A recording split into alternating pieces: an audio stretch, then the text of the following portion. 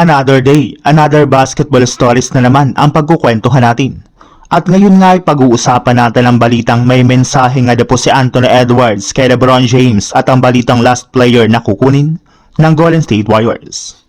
Bago pa man nga po nagsimula kanina ang All-Star Game, ay isang katutak na tanong nga po ang natanggap ng mga superstar mula sa mga fans at analyst. At isa nga po sa mga katanungan dito ay kung iiyak nga ba sila kung tuluyan na magre-retiro si LeBron sa NBA. Marami nga po nagsabi na hindi at may ilan rin naman nga po dito ang nagsabing oo.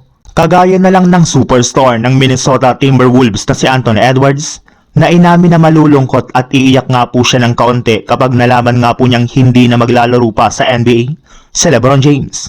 Isa rin naman nga po si LeBron sa mga pinakapaborito niyang player bilang kalaban since sa tuwing kaharap nga po niya ito ay mas lumalabas nga po ng gusto ang kanyang tunay na laro.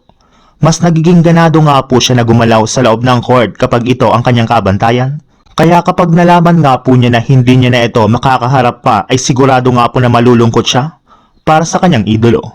Sa ibang balita naman, ayon nga po sa labas na balita, makukumpleto na nga po sa wakas sa kanilang next game laban sa Boston Celtics ang kanilang lineup sa inaasang pagbabalik na dito ng kanilang mga players na nagtamo ng injury katulad na lang na Stephen Curry, Kristaps Porzingis at si Seth Curry.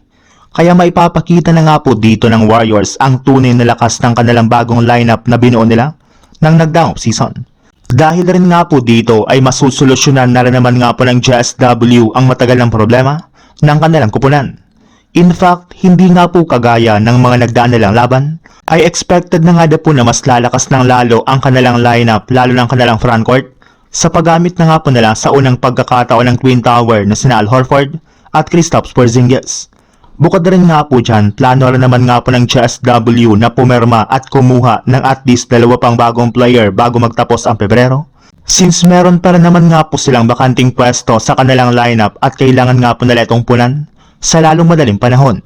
Sa ngayon nga po ay sina Chris Boucher at Matisse Thybulle lamang ang balak kunin ngayon ng kanilang kupunan.